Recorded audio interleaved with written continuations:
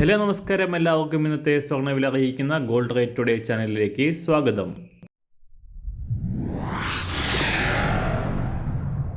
ഇന്നത്തെ സ്വർണ്ണവിലയിലേക്ക് കടക്കുന്നതിന് മുൻപായി എല്ലാ ദിവസവും സ്വർണ്ണവിലയും വെള്ളിവിലയും സ്വർണ്ണത്തെ സംബന്ധിച്ച കൂടുതൽ വിവരങ്ങളും യഥാസമയം ലഭിക്കാനായി സ്ക്രീനിൽ വലതുവശത്ത് കാണുന്ന ചുവന്ന നിറത്തിലുള്ള സബ്സ്ക്രൈബ് ബട്ടൺ അമർത്തിയതിനു ശേഷം തൊട്ടടുത്ത് കാണുന്ന ബെൽ ബട്ടൺ കൂടെ അമർത്തി തുടർന്ന് വരുന്ന ഓപ്ഷൻസിൽ ഓൾ എന്ന് സെലക്ട് ചെയ്യുക. വീഡിയോ ഇഷ്ടമായാൽ ഒരു ലൈക്ക് നൽകാനും നിങ്ങളുടെ നിർദ്ദേശങ്ങൾ കമൻറ്റ് ചെയ്യാനും കൂടെ ശ്രദ്ധിക്കുക. ഇന്ന് 2024 ഓഗസ്റ്റ് മാസം 31 തീയതി ചിങ്ങമാസം 15 തീയതി ശനിയാഴ്ച, സമയം രാവിലെ 7 മണി. സ്വർണ്ണവിലയിൽ വീണ്ടും തകർച്ച സംഭവിച്ചിരിക്കുകയാണ്. അന്താരാഷ്ട്ര മാർക്കറ്റിൽ ഇന്നലെ രാവിലെ $2,519 പരിധിയിലായിരുന്ന സ്വർണ്ണവില തകർച്ച നേരിട്ടുകൊണ്ട് $2,500 താഴേക്കിറങ്ങി. എങ്കിലും ഇപ്പോൾ രാജ്യാന്തര വിപണി വാരാന്ത്യം ക്ലോസ് ചെയ്യുമ്പോൾ $2,503 പരിധിയിലാണ് സ്വർണ്ണവില എത്തി നിൽക്കുന്നത്.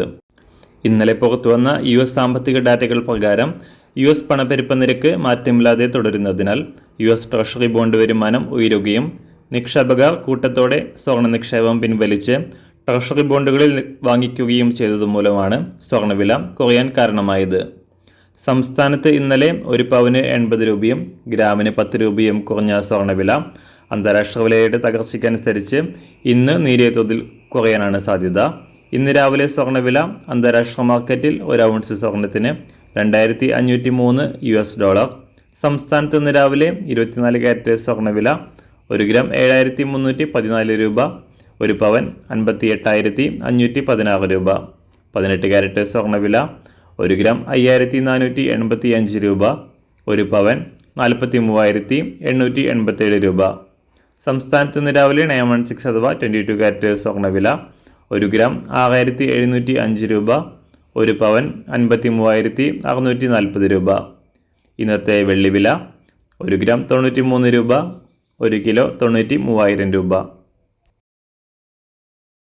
ഇന്നത്തെ മാറി വരുന്ന പുതിയ സ്വർണ്ണവില ഇന്ന് രാവിലെ 10 മണിക്ക് ശേഷം പുതിയ വീഡിയോയിലൂടെ നിങ്ങളെ അറിയിക്കുന്നതാണ്.